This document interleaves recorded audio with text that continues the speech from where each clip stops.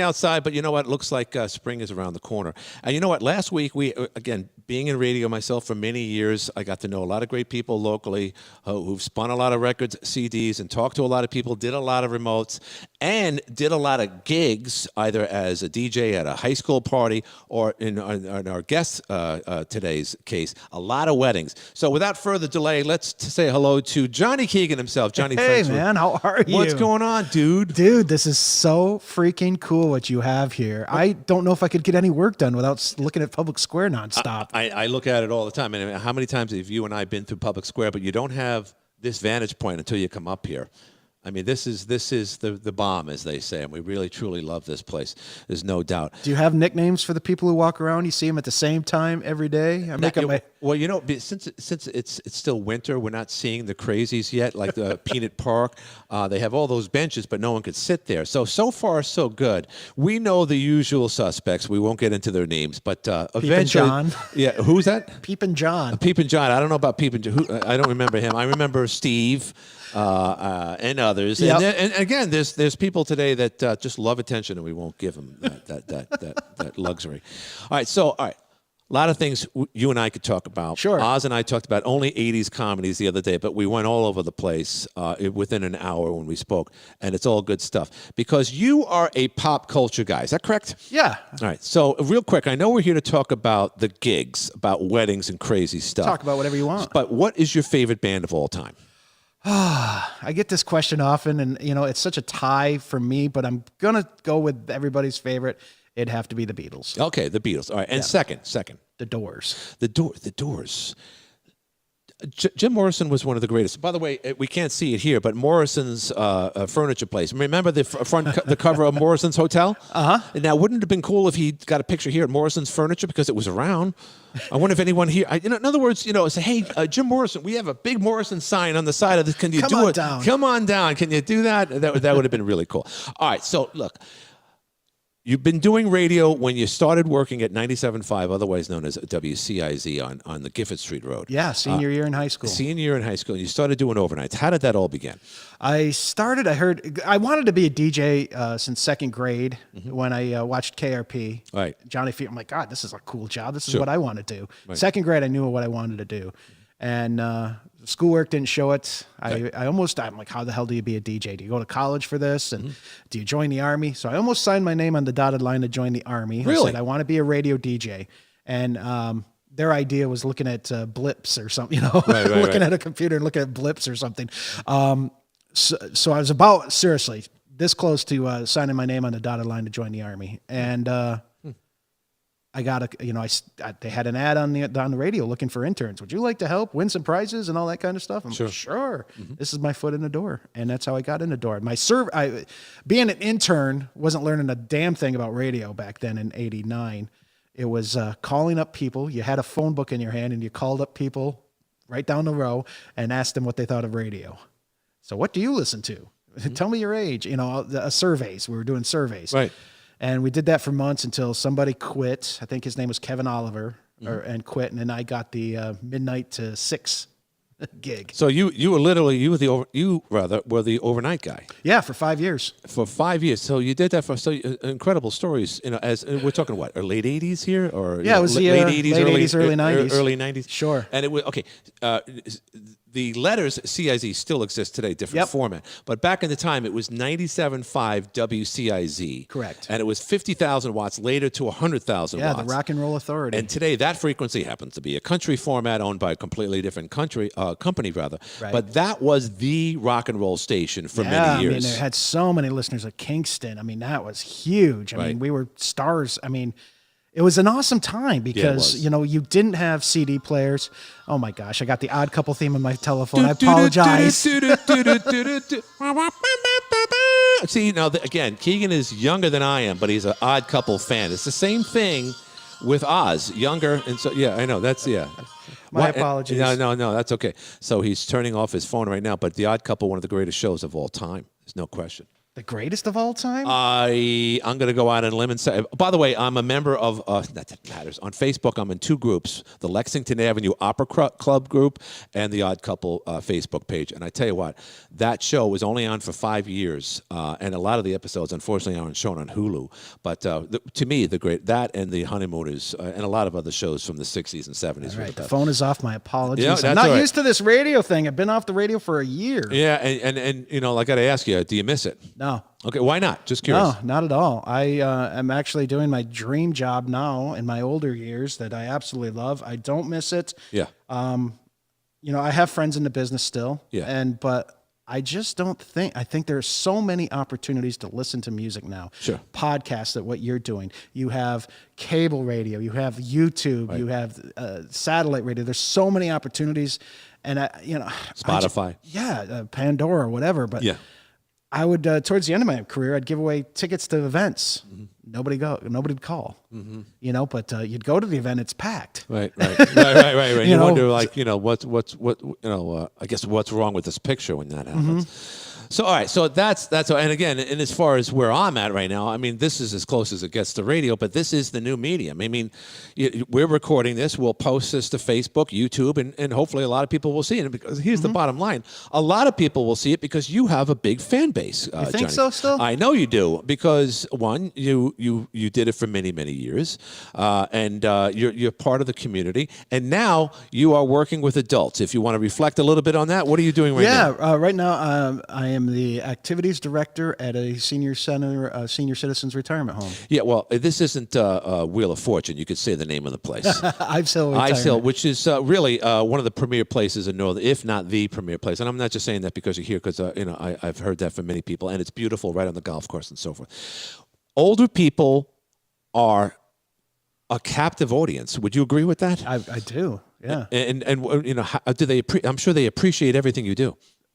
They're thankful for anything they do. I mean, we played Uno, we played dominoes, we played Wii bowling, and it just that was just today, and it just they thank me. Right. Yeah, thank you for setting us up and playing. They absolutely it's so rewarding. At that age, again, we're talking about many of them are from the world's greatest generation, and a lot of them are now baby boomers that were born in the 40s and 50s that are they're going into that adult stage and so forth. But this is the salt of the earth. Yeah, this is the best. 75 to about 100. Yeah, is the age range. Yeah, and when we heard of someone at the age even 60 when we were younger, we thought that was old as the hills. Now I'm 2 years from 60. So, yes, to a lot of people, 60 is the new 40. Sometimes people look 50 when they're 35 these days too, which wasn't the case back when. But you look at Tom Brady; he looks like he's going to be 22 for the rest of his life. But they appreciate you. They appreciate life, and they appreciate this country. And without getting into the politics and whatnot, have you seen somewhat of a difference or a change of tone in America, or even right here in Watertown in the last 12 months? You think? You think? Yeah. All right. So we're not here for that. That's for another show. But it is a shame because you're right. Back when you were a DJ in the late 80s, early 90s, a different time. We could say even the early 2000s were a different time. Things started to change in the last 10 years and certainly accelerated in the last 12 months. That said, you can never take away great stories that happened to you on the road, working for Z97 back in the day, or your wedding gigs. So you've done, how many weddings have you done? I've never counted, but I would have to say close to, 1,000. If I've been doing it for this year, you average about 40 a year times, 20. Yeah, right. I'd say 1,000. All right. So everyone's got a crazy story, either at a high school dance where there was a DJ or a wedding or a bachelor party. Let's start with this. I mean, what bizarre stories, not necessarily X-rated. What can you share with us today? The craziest thing maybe that a little X-rated. It was, this one is the top. This is the number one. Right. Let's cut to the chase. The wedding was really early, and it's just like, wow, 1 o'clock in the afternoon. Usually weddings are like 6 to 10. That's the common time. The reception. Yeah, so it was an early reception. So the reception was at 1 o'clock at the Theresa Fire Hall. Mm-hmm. So need I say more? Right. Not bashing the Theresa Fire Hall, but they came to the wedding. The wedding party was already smashed and having a great time when they got there. At 1 o'clock? Yes. In their limos, and, the booze was flowing, and it was a drunk fest. I only played till about 5 o'clock. And the wedding was okay. People danced, had a good time. But, when you have the plastic cups of beer and you're drinking and dancing, and beer is going to flow and it's going to spill on the dance floor. Right. So when I was packing up, I noticed the floor was just all glazed, with alcohol. It's just a mess. And a drunk girl comes up to me with two beers in her left hand, beer in her left hand, beer in her right. And she's walking towards me. She's like, "You're not done yet. Yeah. I want to hear another song." Right. But as she's saying that, remember, she's wearing high heels and the floor is slippery. So she falls right on her back and her legs are up in the air and she's not wearing any underwear. Oh my goodness. So, I mean, if she's trying to get up, she makes it worse. Right. So, I mean, if you could have seen fallopian tubes. Yeah, right. I saw the whole kit and caboodle. Oh boy, jeepers. Emphasize the kit. Yeah. So, all right. So, drunken behavior. It's like, were you ever a bartender? Did you ever attend bar? Yeah. Yeah. So you saw, yeah, because you were up at the Ramada. You saw some stuff there too. Drunken behavior, anything goes, especially at a wedding. So this girl stands up on a wet floor. She's not wearing any. You find that out, of course. Was she humiliated or did she care? It's like the talk of the town the next day. Oh, that's Sally. Right. Oh, so it must have happened. There before. she goes again. Yeah. See. So all right. So with that said, I mean, all right. So but. What about the pain in the ass that insists on playing a song that you might not have in your collection or isn't appropriate? Well, Anything like that? She's at every wedding. Right. And we've nicknamed her, obviously, with the term for a female nowadays is Karen. Yeah. So Karen is at every wedding. And she sounds like this. She's like, can you play something we can dance to? Yeah. And, you have a packed floor, people dancing. Right. Everybody's dancing, having a good time. Karen comes up. We're leaving soon. When are you going to play my song? Right. Well, then get out. Yeah, right. But the problem is, I know you want to say that, but you can't say that. Yeah. I do now. I'm like, just go then. Yeah. I used to be like, oh, the customer's always right. I don't care anymore. I'm an old man. Right. What are you going to do? Right. So I tell it how it is nowadays. I used to be, okay, I'll take it up the ass. Yeah. No, not anymore. Right. Jen Hart said something. We all know Jen Hart. She, about 2 years ago, she was on Facebook. She was watching the door at one of the local bars. She became like a bouncer, so to speak, and no one would screw with Jen at all. But someone said, "Oh, who are you? You're new." She says, "I've been around when you were in your dad's ball sack." And I just, that is the type, you get to that age. Jen was always like that, and we all love Jen Hart along with her brothers and so forth. But that's the way you got to be basically these ways, because Karen, before COVID did exist. She's been around for a long time. She's been around a long time, around you apparently. So, I mean, at DJ gigs, because, again, alcohol brings out the worst in all of us. So a story that hasn't been shared, Glenn, is you don't see it too often as the mother or the bride gets intoxicated. I've only seen this twice. And state office building. Right. The bride was just in tears because her mother was just so hammered and acting out. Her mother had to be escorted out after she threw up in the turtle pond. Oh, my God. Right there in the state office building. The turtles had a snack that day. Good grief. Are there turtles in there? Yeah. I thought. Yeah, the painted turtles. I think that they even have a snapper in there, believe it or not. Yeah. And some fish. Yeah. And it's funny because you saw the snapper earlier. Boom, boom. All right, listen, we're getting carried away here. All right, so, but all this, this crazy world of weddings. I was at a wedding, and I wasn't in the wedding, but I was up there in Clayton at O'Brien's. This was like 20 years ago.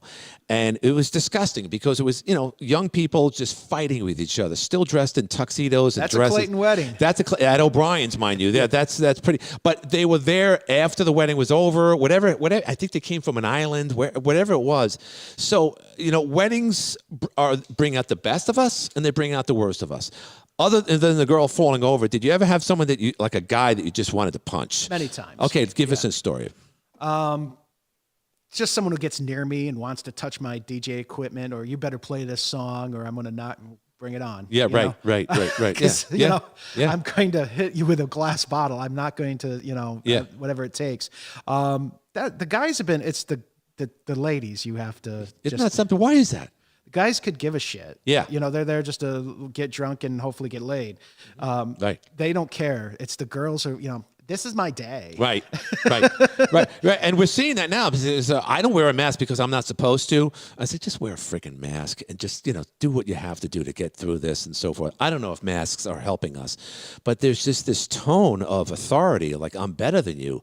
And again, we're all people at the end of the day, but it seems like is there a word, or can we call guys the Ken of society, or is it just Karens? It's mostly, yeah. Yeah. So what does that tell you? I mean, are women just, just being unreasonable during trying times, and guys, like you said, let the flow, let the flow go as it happens. Guys don't care when they get married. The woman handles everything at a wedding. She handles who the photographer is, who the venue is, what they're serving for food. The guy's like, when you go over plans that day of the wedding, okay, so coming up in 10 minutes, we're going to do the dollar. Oh, okay. He doesn't. Yeah, right. He has no idea what's going on. He didn't do anything. He has to show up. That's it. Right. Technical problems, though. Like I had a technical problem earlier when I was interviewing Joe here. Stuff happens, but tell us, hey, did you ever blow a fuse? Did you ever lose a CD player? Anything like that? Well, one time at Bonnie Castle, the old man used to run that play. An old man used to run that. John Russell. Yes. Yeah. Oh, real quick, John Russell, a legend in this town. Yeah. Always wore the plaid jacket. Yeah. Good-looking dude. Again, hopefully I'm not speaking out of line, but the Woodruff Hotel used to be across the street, and there's a famous story about the Woodruff and John Russell. But go ahead. What happened with John Russell? He was a nice man. Yeah, very good guy. But he put me in direct sunlight without a covering, and I was to play a wedding outside by the pool at Bonnie Castle. So when you get equipment in the hot sun, it's not good. It fried wires. Yeah, sure. So, I'd have to hold it up in the air to, because the wires were shortening out and everything. Oh. And again, this was a drunk fest where the bride slapped the groom for looking at other women and stuff. So, I can't play much of this is the time you're playing CDs too. So yeah, right. Holding up a CD player in direct sunlight, sweat pouring. Oh, I could get you an umbrella. Yeah. Why didn't you think of that 3 hours ago? Unbelievable. What year are you talking? Early 90s? I mean, a while back. It was a while back. 90. All right. So you're doing weddings now. Have weddings changed? Has the attitude changed? Explain that. Finally. Yeah. They're not doing the garden bouquet ceremony. Why is that? Because, I'm glad they're not, because it's such a messed up fiasco and it just ruins. Okay, we got to stop what we're doing, having a great time. Right. Let's go up the leg, remove that. We've all seen it 100 times. Right. Who catches it? That kind of stuff. Right. I've seen horror stories with this. Yeah. And what about wrong leg? Yeah, you got it obligatory. Exactly. Yeah. I've seen like a hot young lady catch it and then her 4-year-old catch the garter. So the 4-year-old had, and they insist on, you put it up their leg. Right. It shouldn't be allowed. Insane. Yeah. Cousins, or sisters, brothers, sisters, and let's continue on with the ceremony. Come on. Yeah. Well, in certain townships, that's allowable. I saw two things that I know, right? Yeah. I've seen two things that happened that I just disgust me from the garden bouquet ceremonies. One time, a big, heavy woman caught it, and nobody would come out. Oh, that's none of the guys would come out. That's a shame. Yeah. So what happened? We just okay, she keeps the bouquet. Let's continue on. She had to be adversely affected by that. And a mentally challenged woman caught the bouquet once and nobody came out too. And it's just come on. So people should. That's why I hate that. Yeah. No, I agree. Okay. All right. So that's been eliminated or entirely, or what? I would say 90%. Okay. And usually, if it still goes on, it's like a young bride of 21 wants to do it. All right. So what about dollar dance is still going strong in our area, and I encourage that because it's your chance to dance with everybody. Oh, thank you, Uncle Harold, for coming. Right. Uncle Bill. Right. And then if they give you 50, you whore yourself out a little bit and you give them a few more spins. Sure. Right. Yeah. Yeah, you know the whole deal. And okay. So dollar dance, the bride eats the cake. Are they still doing that? Well, they cut the cake. I never play the bride eats the cake, but they cut the cake, and a lot of people, cake is ridiculously expensive. It is. You're talking a wedding cake. You're talking from $700 to $1,000. No. Yes.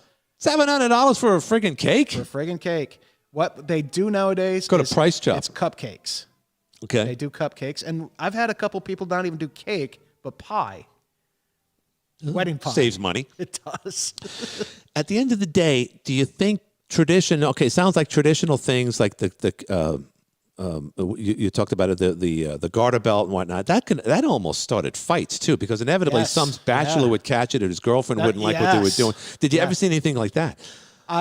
Just once, and I'll go back to the Theresa Fire Hall. That place. And they always fought when they fought. Well, this is the thing that's changed weddings. And the question you asked is, weddings would start when I first started, it'd start like at 3 PM and then go to like 2 AM. Right. Now most of the places have a 4 to 5 hour rule, and that's awesome. Right. Because again, you get people who are trashed. Right. I always tell the bride and grooms, leave on a high note. Sure. Don't let your memory be a great time. Don't let your memory of the fights happen. Right. So leave on a high note, leave after 4 or 5 hours, and then, you have good memories. If you keep boozing up people, Right. it never leads to any good. Yeah. So, can you tell the difference between a open bar and a pay, like a cash bar?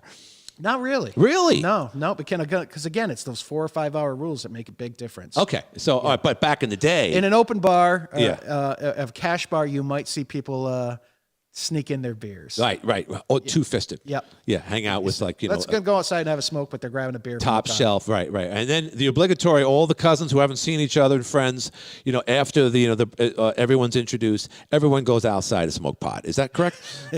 Not everybody, but a lot of I'm them. inside, so I don't see that. But Yeah, I'm right. sure. Well, you know what I'm saying. They come back, they look a little different. So weddings have changed, people have changed, but for the most part, the whole aspect of Karens hasn't changed. So, but complaints. I mean, you're not doing as many weddings due to COVID, but things are picking up now, Johnny. Is that correct? A little bit. All of what happened, I lost everything. Yeah. This really affected me bad. Right. Right. Because I lost all the gigs of 2020. Right. They moved, most of them, 90% moved to 2021. So if you're thinking brides-to-be of getting married in 2021, forget it. Why so? Because all the 2020 weddings moved to 2021. Oh, okay. You're not going to find a good DJ. Huh, right, and you might not find a hall either. I mean, are they going to be? That's going to be difficult. I predict that people are going to a lot of Sunday weddings. Yeah. Never used to be a thing. When I DJ'd, it was Friday or Saturday right, only. So right. I do a lot of Sunday weddings now. Right. But I also predict that you might see some weddings happening on a Thursday night or something. I have one next year on a Tuesday. On a Tuesday. Yeah. Oh, it's my mom's anniversary. Yeah. Something like that. Oh, that was the day whatever. So a lot of emotions. When you sit down, do you know when you sit down with a couple months before you do the gig that these guys are going to be trouble? Do you sense that? Do you have any idea going forward? I really don't know because I meet with them on a Monday, the week of their wedding. Right. That way, that wedding is fresh on my mind. 'Cause Sure. if I meet with them too in advance, I'm already, I don't know what they talk. I mean, I write notes and everything. But they hire you in months in advance. Years in advance. Right. Yeah. Yeah. Sure. So what's your your question? But do you get a sense like, if they ask a lot of questions, or if they don't ask enough questions? If they ask a ton of questions, I know they're going to be a pain in the ass. Yeah. Right. And sometimes they'll eat. Nobody calls anymore. Mm-hmm. I do not get any phone calls asking about my business. It's all on my Facebook page or text. Because they're young. Yeah, they're right. They don't know how to use a phone. Yeah. Really. Do you get a sense though when people text you that they can be, how do I put this? They can be more authoritative. They're afraid to talk to you. It's just like, people have phone anger. They could say, screw you, you're screwed up. But they see them in person, it's a different story. Yeah. Is it the same thing between texting and talking, in your opinion? No, you don't think? I mean, you and I feel that way. I mean, I like talking to people. Today, I had an issue with someone. I said, instead of texting, why don't I just talk to you? Yeah. But I think a lot of people are pricks when they text, more so than they speak to you, because they can't be pricks when they talk to you. So that's the exchange. My experiences and whatnot. But again, you don't want to screw up a wedding. It's their big day. But in many cases, it's a ton of pressure. It's a ton of pressure. Yeah. I mean, and you only get, hopefully you only get married once. You and I have done that on several occasions. But you want that day regardless of whether or not it's going to work. When I first started DJing, the pressure got to me where I threw up every week. Really? And I'd have to take a pill, probably Yeah. some kind of pill to relax. Well, I was going to ask you, you're not a drinker. You're not, and that's good, because when you're around, again, if you don't be a drinker and be a bartender, because you're going to drink all you're going to get drunk with everyone giving you shots and whatnot. But did you ever get drunk during a gig, or did anyone get you drunk? Yeah, just once. Right. Yeah. Was that a good or bad? It was fun. They were friends, Okay. so it was kind of all right. But my sister lived in the same town that I was DJing. I'm like, you need to come pick me up and let me hang out at your house for a couple hours. Right, Yeah. because you had way too many. Yeah. But so that's Jaeger bombs. Yeah, and Jaeger bombs. Oh God. Everyone's got a story with the Jaeger bombs. So, but overall, majority of weddings go without a hitch, or is there always something that might go wrong? They always usually go without a hitch. Okay. Yeah. And especially I'm now. very blessed. You're very blessed in the sense that you don't have to carry a lot of equipment now. So Not what anymore. are you using these days? I mean, when I first started, Glenn, we had to rent a U-Haul. I Right. started with the CIZ. It was called the CIZ Roadshow. So remember. you're on the radio. You can be a DJ on the weekend. And the amplifiers, which are now about the size of an old CD player. Right. But back then, they weighed about 300 pounds. Right. So you'd have to get 3 guys on the amplifier, huge speakers and records and CDs. Now everything's a laptop, 4 speakers, and a mixer. Right. And And you a had wireless mic. Yeah, and you had to get there like a band. You had to get there like an hour and a half before because Sure. everyone's bringing in the flowers. Everyone's setting up the entire You hall. still do. You still get there an hour and a half just in case of technical problems that you can, Right. if there is any. Right. Luckily, knock on wood, there isn't usually. But you can call, hey, call a buddy. Come on, I need your help bad or whatever, that kind of thing. Now, again, we're talking weddings with Johnny Keegan here, but you've talked to a lot of celebrities over the years, and Sure. the one that you really admired more than anyone, and this was like what 2-3 years ago. You interviewed Marie Osmond. Explain that. Oh my gosh. Yeah, see now. Look at the look on your face when I tell you that. You obviously loved her. I still do. Yeah, she's gorgeous. I think she's 60 now. Yeah, she's older than 60 and 6. I got you beat. I lost 55 pounds, Bill. You see I'll those take a commercials? chubby. I'll take a chubby Marie. I'll take an old Marie. I'll take a young Paper and Roses Marie. She has always been the top of my list. She had trouble. She had some mental, emotional issues after her children and whatnot. And she's like she puts her pants on one leg at a time. So they were so the Osmond show with Donnie and Marie. I'm a little bit country. She's a little bit she was a little bit country. He was a little bit rock and roll. Did you look at Donnie Osmond as rock and roll in your opinion? Not quite, but still they had that peachy clean image and whatnot. But like anybody else, especially in the industry, like look at the Carpenters, Karen Carpenter, who I loved, who I absolutely loved, who she would look at herself in the mirror and thought that she was fat, and then ultimately she died, I believe, in. Well, who's your number one? And she died in 1982 in a closet. This is awful. My number one is the Beatles. I'm going to say the Beatles too. No. Yeah. Not about bands, but your number one fantasy girl. Oh, number one fantasy girl. That your wife would give you permission if you My wife wouldn't give me. My wife wouldn't give me permission or the hallway pass for anybody. But I'm going to go out on a limb and say, I know this right off the bat. Granny from the Beverly Hills? No, not Granny from the. Although she was funny. Barbara Eden. Jeannie? Yeah, again, I'm a big Marilyn Monroe fan, but when I watched I Dream of Jeannie with Barbara Eden, and for that matter, Elizabeth Montgomery and Bewitched, all similar shows, I just thought they were the two most beautiful. And then who could forget Juliet Mills from A Nanny and the Professor? Do you remember that show? No. Okay, so she was, again, growing up and watching these in repeats because I never saw them first time around, but to me, Barbara Eden was the most beautiful person in her and Marilyn Monroe. So when I was 5 years old, the big crush was on Cotter's wife. Yeah. Susan Strassman? Marsha Strassman? Marsha Strassman? From Welcome Back, Kotter. Yeah, right. 5 years old, had a big crush on her. Yeah. I like Betty Rubble. Yeah, and Betty Rubble. But you know what? Getting back to her, I liked her too because she wore tight jeans. They all did in the 70s. Yeah. That's why I love that decade. And also, and of course, the 80s of the Jordache and so forth. But another thing is, Gabe Kaplan wasn't nice to her during the making of that show. Yeah, he was a prick. He went on to become a professional card player. He just dropped out of the Hollywood scene. By the way, I thought he was really good. Welcome Back, Kotter. We could talk about these shows forever. Probably one of the most, groundbreaking shows of its kind, even though you watch it today, it's so dated, it's awful. But it launched, obviously John Travolta's career. And who could forget John Sebastian's song in the beginning? Welcome back. Welcome back. And of course, John Sebastian was also at Woodstock. Love and Spoonful. Yeah, now who is the guy that's in Animal House playing the guitar and John Belushi grabs it? And I'm forgetting. You've seen that movie 100 times. Yeah, I know. I can't remember. No, I don't know who that is. But anyway, again, you and I, just like Oz and so forth, pop culture, the way things were, music back in the day in comparison to today. I know you were playing a Jack format. Some of that music must have drove you crazy. But let's just stick with what's been produced in the last 20 years.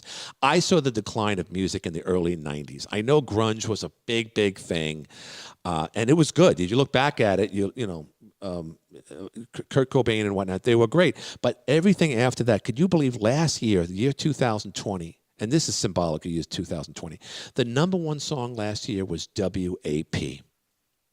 Can you believe that? No. And you know what WAP stands for. Yeah. I unfortunately, going back to weddings with that story. Right. I'm playing a wedding in Sackett's, and they didn't follow the COVID rules. I was still working in 2020. I was under a tent at a lake, and the bride wanted to hear that. I'm like, I don't know this song. I never heard it. But were you kidding? No, I didn't know what it was. Okay, gotcha. So she's like, he really wants to hear it. Yeah, right. That it's same for my tone. husband. He really wants to hear it. I'm like, well, you're the boss. You're paying me. Right. So I played it, and there's kids running around. And this is the most disgusting song. And look, dude, you and I have had some talks. Yeah. I mean, we can talk. Yeah, But I was totally like shocked at this song. And I'm a guy who's pretty flexible on words. Yeah. And I was just like, I stopped it. I'm like, I don't care. This is disgusting. Did she get upset? No. She's, with kids running around, she kind of realized, her fault. But not only that, though, it's a shitty song. It doesn't have any melody to it. Beyonce came out with an album. She just launched it on iTunes, and everyone's just raving about it. I listened to a couple of the cuts only because I'm just curious about it, right? There's no hook. Nothing. There's no rhythm. And it takes 35 people to write that song. Yeah, right. And again, and the same thing with country music. It's the same old stuff. I was talking to someone last night out of Illinois, a conservative guy, younger guy, and he said, he's a musician into music, and he says, what's disappointing about 2020 is that no one stepped up to the plate and created a song about it or about the feelings that we have. This is a great time for Billy Joel to do We Didn't Start the Fire Part 2. But back in the, I'm no senator's son. The 60s reflected the 60s, the 70s, got into adult-oriented rock. Things that reflected the times, the 80s, adult contemporary. Carly Simon was all over. Phil Collins. Music soundtracks, movie soundtracks, music that lives on forever. Now you got Taylor Swift talking about ex-boyfriends. Every song. Yeah, and we're supposed to give a shit about her or the Kardashians or so we're so enamored with the celebrity that we just forgot what talent is. When was the last time Britney Spears came out with a hit song? She hasn't been around in a while. Yeah, and yet she's always she's at the top of the headlines because of that recent documentary with Justin Timberlake. Yeah. So now Justin Timberlake has to go on an apology tour for things that happened over 20 years ago. And the last thing, Janet Jackson and her apologized to her for the Super Bowl. Yeah. What was that deal? What was the problem there? I don't get it. What she exposed? She exposed herself, but he could have handled it. He didn't. He claimed he didn't know anything about it at the time, and that he monetized or he took advantage. He made money from the deal, and then she was removed from whatever. I know she wasn't she was somewhat ostracized because of that. So he benefited. She didn't. 16 years later, now he has to apologize to her. Again, it's the woke environment, the woke cancel culture. I didn't see this. We saw remnants. We saw signals of this, but now it's off the charts. Well, taking Donald Trump out of Home Alone 2. Yes, taking him out of the movie. Good point. Yeah, good point. Someone said something the other day about a movie. What the heck? Yeah, we shouldn't have this movie on anymore because it's sexist and racist and all that stuff. And it was a great movie, and I totally. Well, what about now? Disney bought the rights out to the Muppet Show. And now they have a disclaimer to that because some of the characters are, of foreign persuasion. Yeah. And then you got the guy from The Simpsons who can't play the role of the 7-Eleven guy, whatever. And he's a famous voiceover guy too. So. Married Helen Hunt. Who was that? That dude married Helen Hunt. Did he really? Yeah. Helen Hunt, the actress. Yes. Yeah. Wow, I didn't know that. So, again, what do you think this is all part of? Is this just cancel culture just to make up for lost time? Again, you watch, we talk about this. You watch what the heck would they think of Charlie Chan nowadays? Charlie Chan, because he wasn't a Chinese guy playing him, and Mickey Rooney was in Breakfast at Tiffany's playing a Japanese guy. You don't see any F Troop episodes anymore because it's Italians playing Indians. Yeah, that's true. Yeah. Dakova. Yeah, Fred Dakova, who played a lot of gangsters in his day. Rock Hudson played Indians, but that's acting. It is. And so now they're to the point, it's like if you play a gay man, you have to be a gay man. Do you know how many gay guys are playing straight guys in Hollywood in the last 30 years? So does the rules apply to them too? Have you seen the commercials on TV nowadays? You automatically have, friends hanging out. You have one Chinese guy, one African-American guy, and a gay couple. Yeah. It's in every commercial now. Right. It's we're being force-fed. Yeah. There's also a commercial out right now. It's caringgene.org. And it looks like it was shot on someone's camera phone or, smartphone. And an African American is at this suburban home, and the woman's giving him cookies, and he goes out into the driveway somewhere out in Long Island, and they start doing a dance, and all of them are people of color. And I was like, well, that's great. Yes. But what are you trying to tell us here? It seems like there's a message. This is how the world is. This is how the world is. And I said, okay. I mean, there's a lot of people in that business, in the medical business, because they all dressed up as nurses or assistants. And so people in the medical business, particularly in COVID, they had their masks. It was a very entertaining commercial, but it stood out like, I guess that's what it's all about these days, Johnny. The movie that started that all off in 1993, Mrs. Doubtfire. I always thought that kicked off the culture of we must have every race in this movie. How so? How so in that movie? I'm curious. Okay, so he's filming a scene with the dinosaur. There's an old guy. Oh, this is a T-Rex. And then the camera woman's Vietnamese, and her assistant is Chinese, and then there's a black guy falling asleep watching the camera. This is like, and that was a long time. That was almost 30 years ago. That started. You have to have every race, in every kind of show. Right. And I look at it this way. E.T. came out 1982. Yes. Okay. E.T. came out in 1982, and at the turn of the 21st, at the end of the 20th century, around 1999, 2000, Spielberg came out with the digital version of it, or Blu-ray, whatever it was, and he edited the original version. So the authorities that were running after the kid with E.T., I forget his name in the movie, they had guns. They were looking for this kid because he knows the whereabouts to a extraterrestrial being on our. So that's important that we find this kid. Spielberg edited all the guns out and replaced them with flashlights and keys. And I said at that point, that's wrong, because a movie has to be a reflection, unless it was an historical movie and it was wrong, then you got to correct it later. There's a lot of movies that could fall into that category. But this movie took place in the 80s like it was a contemporary movie, and yet 20 years later, you're changing it not to reflect how you thought as a young director. I thought it started then. So we're seeing a lot of that now. Like you mentioned earlier, Macaulay Culkin wants Donald Trump scenes taken out of, first of all, it was a shitty movie, Home Alone 2. But eventually they probably will take him out of there. Will you agree? Yeah. So, I mean, the cancel culture is winning.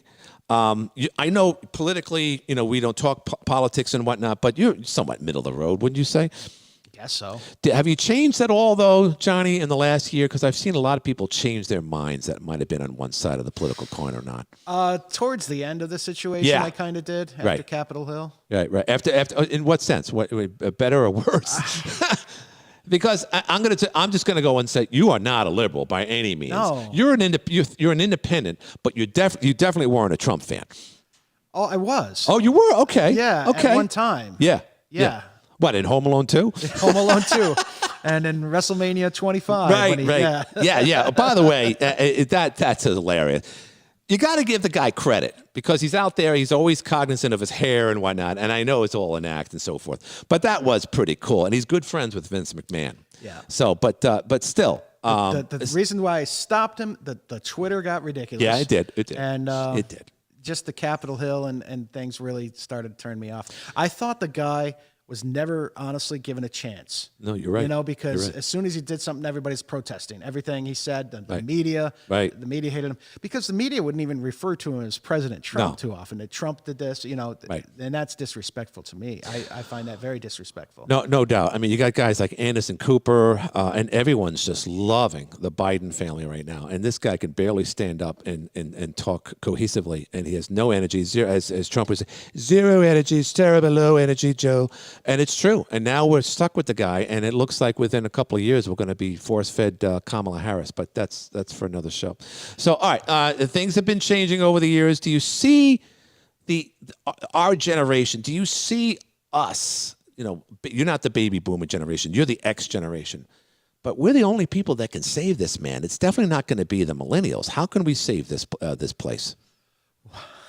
Or can we? Can we bring it back? Well, here's the cure to save music. Right, yeah, go ahead. I know the cure to save music. Yeah. It's not going to happen, but I know the cure. What's that?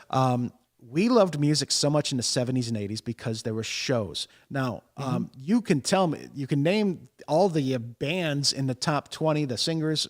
I don't know what they look like. They haven't. We had shows like American Bandstand, Right. Soul Train, Right. Solid Gold. Sure.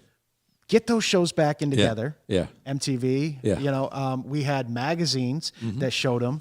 You know, I don't know if kids are going to read magazines anymore, but We had music videos. Yeah, the way to save music is go back in time and have TV shows where the artists perform, so you can see them. You Right. know what Right. you know these artists looks like. No, I agree. I mean, I used to paint denim jackets with from album covers. You know, Jim Morrison. You know, I did Jimi Hendrix Experience. That took me. I remember it took me like 80 hours to do this on someone's jacket, and they paid me good money for that in high school, and I'll never forget those days. So it's true. You don't see. First of all, MTV doesn't exist. I mean, it does exist. It doesn't exist that way. It doesn't exist that way. We were as kids. We were walking advertisements for the bands that we liked. Right. You know, we had the pins of Twisted Sister or Prince. Right. Little pins that we'd buy for $1 from Chappie at Music for You. Sure, You sure. know, or you had a back patch that says "I love Motley Crue." Right. You know? Or you knew how to draw the letters of the Doors. Yeah. Because they always drew them in those kind of block letters, and you knew how to do that, and you would do it on your, on the wall or your high school yearbook or whichever. So yes, we were walking, billboards for the cause. Today we have all the visualization in the world, and yet we don't know what these people look like. No. So that's a good point. That's a very good point. But at the same time, the actual music level, particularly, again, I'm not a hip hop guy, and neither are you. I'm going to go out on a limb and say that you're not a hip hop guy, are you? No, safe bet. Isn't it just? It's just unsettling to know that whenever I see Drake out there, he's from a rich family. He's from an Arab family who is well off, and every other word he uses is the N word. Yeah. And he talks about the urban plight. Growing up, he grew up in Toronto. In Toronto. I mean, not that Toronto doesn't have its one of the biggest cities in the North Continent, but he lived a very privileged life, and yet he gets away with using that word. Not to mention he was a pain in the ass at the basketball games between Toronto and Golden State a couple years ago. So he's got arrogance on top of it. So we give these people, first of all, for Blake to have more number one hits than Michael Jackson. What does that tell you, Keegan? And I just can't. I don't understand it. I don't understand. There's no hook. None. And it's mumble rap. I guess. Yeah, sure. I don't get it, man. Yeah. No, I don't get it. And unfortunately, I don't know if it's me being 50 years old, but I think I have a great ear of good music. No, and you hooks, do. You do. And I just don't get it. And by the way, you are 50 right now? I just turned 50. Congratulations. Thank you. Congratulations. I got you by 8 years.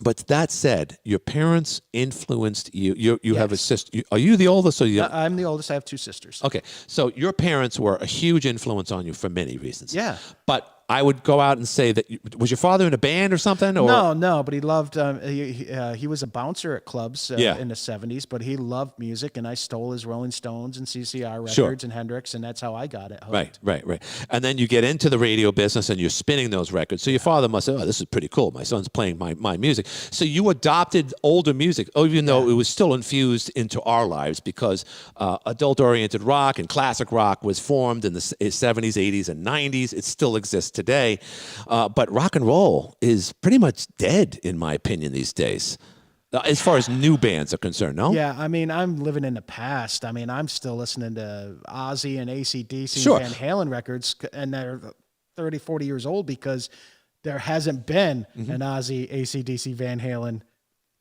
that has great music from cover to cover. Right. You might get one song off a brand new CD, if they even have that, or you hear it on YouTube, one song, and you'll never hear these people again. Right. And, back then, again, every song was just awesome. Yeah, I mean, if you got, name an album.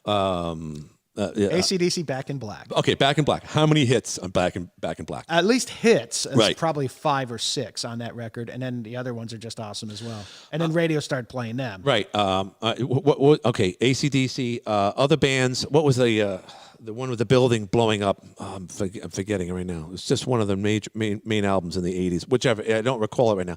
But when an album came out, it was a big friggin' deal. You couldn't wait to buy it. How many people did you ever wait in line like the day before at midnight to buy that record? I wasn't that guy. Door? Yeah, and as you know, and you pegged me, you pegged me out. You and I went to a U2 concert back in Albany back in the early 2000s. I didn't know any of the words. I was mimicking. I was thinking I was so hip. Wow, look at me. I love music. I don't know lyrics like you do. I don't know years and the names of albums and whatnot. I wish I did, but I recognize enough to know that U2, for instance, and many other bands from the 60s, 70s, and right through the early 90s were worth listening and still have shelf life today. But it seems like rock and roll is just all either heavy, too loud, no hook, and just and it's again, I think honestly, I think classic rock ends in the early 90s, and there's nothing beyond that. So, so whatever. I don't want to sound just like like my father. Oh, our music was better than your music, but I'm starting to feel that way these days. Yeah. But and in television shows, in the movies, yeah. All right, real quick, before we go here, your favorite TV show? WKRP. Johnny Fever, was that his name? Yeah. Howard Flytrap. Venus Flytrap. Lonnie Anderson. Bailey Quarters. And who's the guy who played Les Nessman? What was his name again? Richard Sanders. Yeah, Richard Sanders. Who I got him confused with? I got him confused with the dad who was the dad in Alf. For some reason or other, I thought it was the same guy. And you know who that guy is, right? Yes. Yeah. And you know what happened? Child molester? Yeah. Okay. He wasn't a child molester. But he apparently had a crack problem, and I don't know. The dude from Alf. I get my crack from the dude from Alf. Alf. Oh my God, Alf. What the? I couldn't understand how he was married to that wife too in Alf, but. Again, great show. Whatever happened to Alf? Anyone know what happened? He's still around. He'll come up on a commercial once in a while. I think I saw him on a Radio Shack commercial a couple years ago. Yeah, right. But who was the guy who played Alf? It was a Muppet. I know, but we knew Frank Oz. He had a stick up his ass. He's a Muppet. But he was funny. I thought he was, his voice. What was the father's name again? Wilbur. Oh, whatever. Now I'm getting my shows confused. Johnny Keegan, you've been in radio for a long time. You are working with adults, the greatest people in the world. You must love what you're doing right now. But share with me, if you could, something that happened to you, but you are recovering. You're a big guy. You're what, 6'6"? 6'5". You're 6'5". You've always been a big guy. I mean, once a big guy, and you've always been tall and so forth. But you were out and about making a buck. You're a hard worker, and you fall on a stoop. Explain what happened there. I took a part-time job to make some extra money working for a pizza place, and I was delivering on January 11th, 8:20 p.m. You know exactly the time. Well, you have to, because the workers' comp has not been too awesome with me, and they'll ask you every time they talk to you when the accident happened. Wow. And I think if you mess it up, they're gonna that's 5 minutes. Right. So I know exactly when it happened. I'm delivering pizzas at H2O. I deliver their food. Thank you so much. Have a good night. They tip me $2, and I walk off their wooden steps on a rainy, snowy night, and I fell. Oh. And I must have got some air because I fell really hard. Right. And right. I could feel the crunch of my back. I fractured 5 bones in the T section, the T6, 7, 8, 9, and 10. Where's that? I think it's upper. Oh, okay, so it's near your neck. Middle back. Middle of the back. Yeah. So you must have hit the corner of a step. Yes. And I knew right away. I'm like, at first I'm like, this is going to hurt for a couple days. But when I came, what are you going to do? I screamed in pain. Nobody came. I'm not going to knock on my door. And I didn't knock on the door and say I fell or anything. You just get up and go. Right. And that's what I did. I got up and went back to work, and I tried to do a few dishes at the pizza place. I'm like, I can't do anything. I'm hurting bad. So you were literally walking, you were literally out and about, not knowing that you had crushed vertebrae at that. So that might have made it worse. I tried to, I got home about 9:30, and I took a few pills, Advil or whatever, and tried to get to bed and sleep it off. And I'm like, I couldn't lay in bed. It was if you put a knife in a welding and made it red hot, right? It felt like I was getting stabbed nonstop with a red hot knife. It was the most pain I've ever been. But I got to tell you this, I've said this quite a few times. Yeah.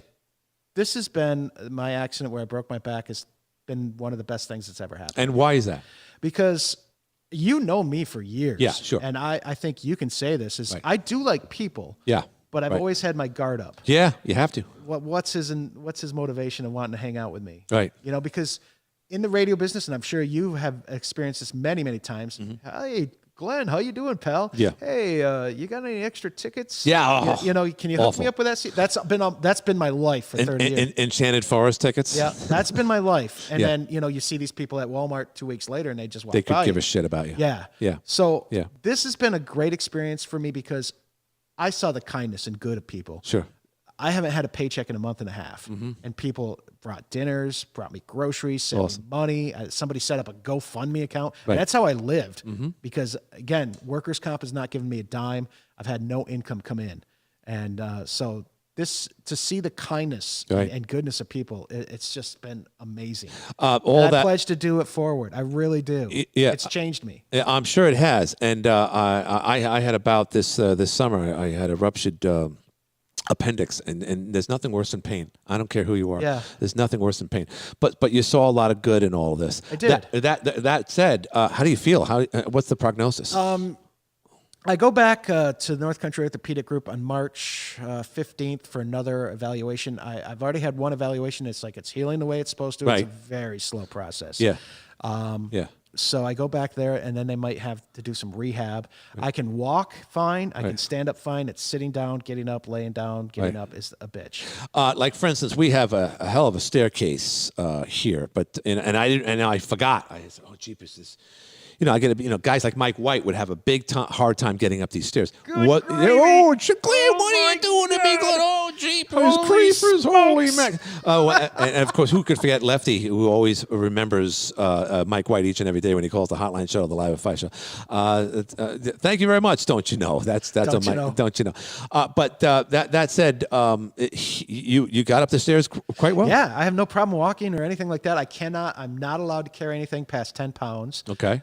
Can't bend over to pick up anything. I have to wear a back brace most of the time, and I'm not right now because I have problems. Another problem with my back, and that's lower back. Right. That's been hurting for a few days. So. Do you think that's related to the accident? No. Okay. No.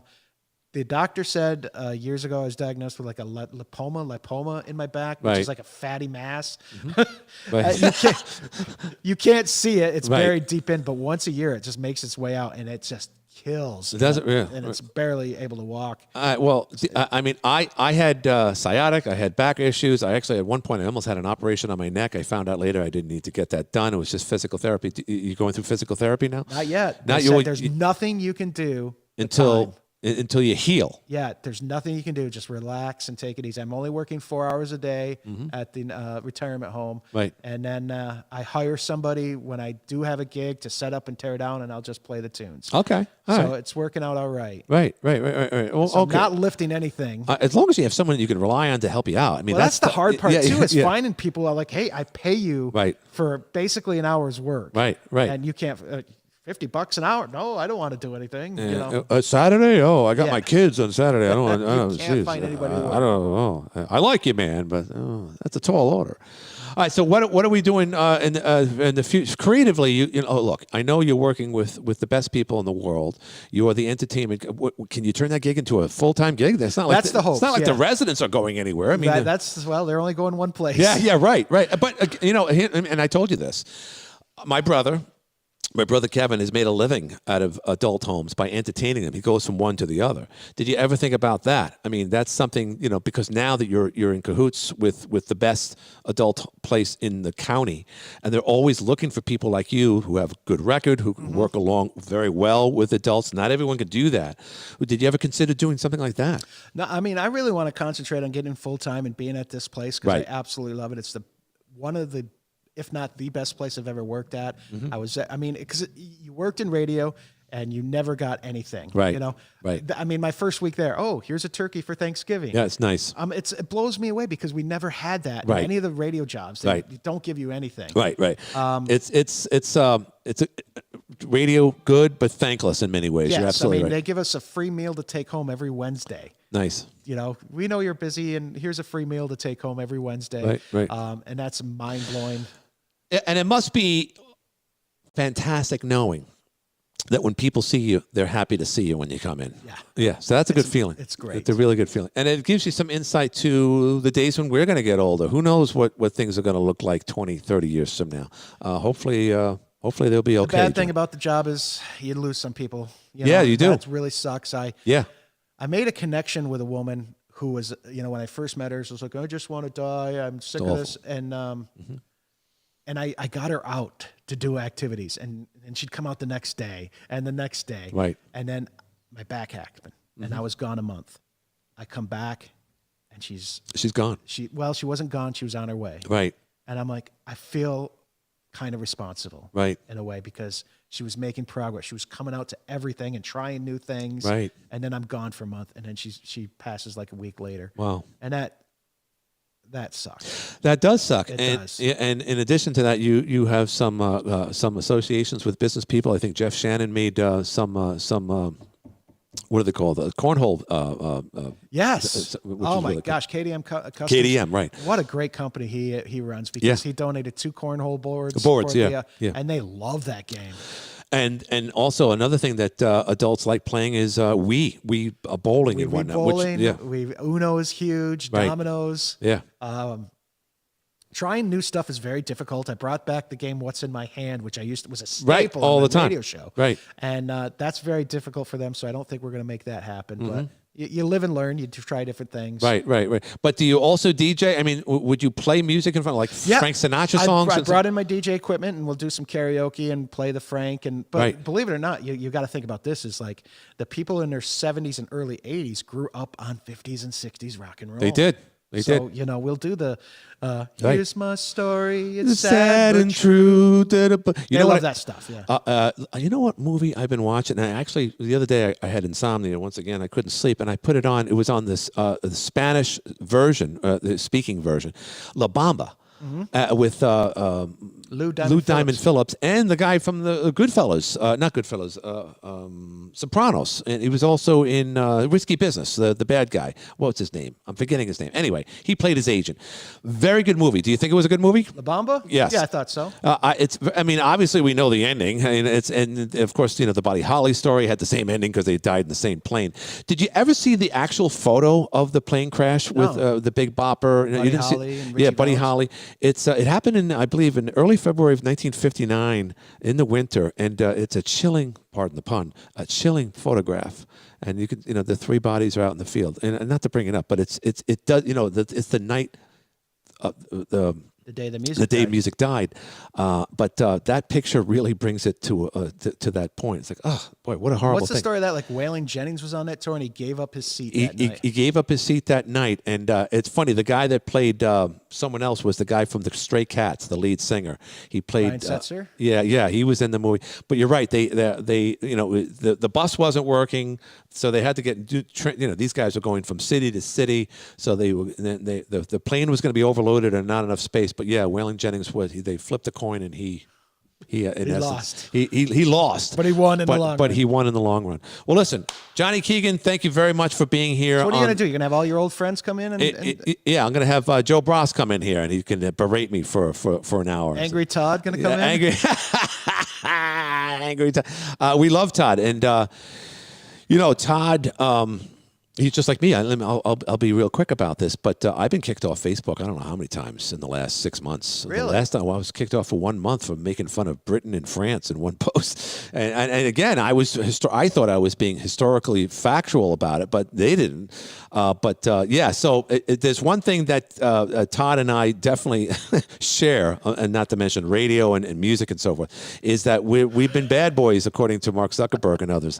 So, but that said, I don't see. I see Todd online, but I think I've toned it down. I don't want to get kicked off, especially after the last time, because Facebook is very important to me, and I know it's important to Todd. I just post pictures of my dogs, and that's about it. Because when you're applying for jobs, they're looking at your Facebook page now. No doubt. Yeah, no doubt. And again, I Believe me, I've thought of that.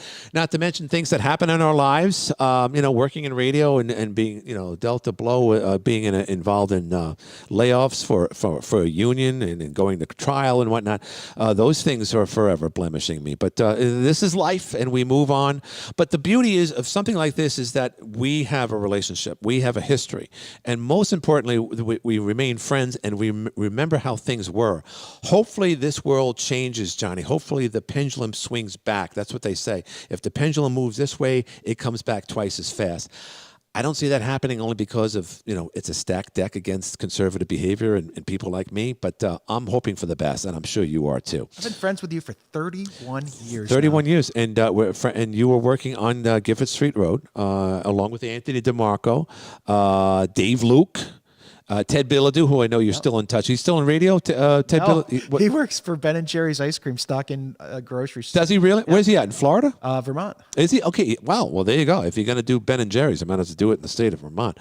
Well, I'm happy for him because we all have things to do, and I don't care. I'm not one of those guys who look down at anyone. And there's no reason to, because all work is good, and we have to be happy. We have to be in good relationships. We have to have people around us that encourage us and love us.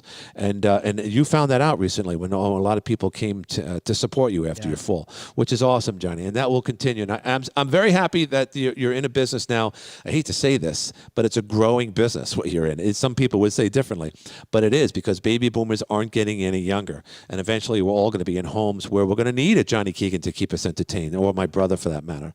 So I wish you well with all that, my friend. I wish you well with what you're doing. I mean, you've outdid yourself. You've always, didn't take a back seat, and you've really, I'm proud of you for doing this. I think it's amazing, because finding oneself when you leave radio is like, what do I do? Yeah, this is all I've done. What am I going to do now? Sell cars? What am I going to do? Yeah.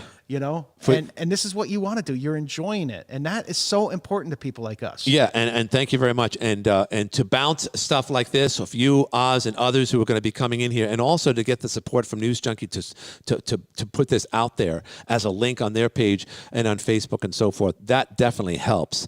The notion of leaving this town, and believe me, that's come across our in discussions with my wife and I don't want to leave here. Do you want to leave Watertown at all? No. Well, times. Yeah. There's definitely times where we do, especially in the winter months. But I would be afraid to start all over again, particularly now. Florida always looks good, but who wants to live there in the summer? And who knows what's going to go on with just the way society is.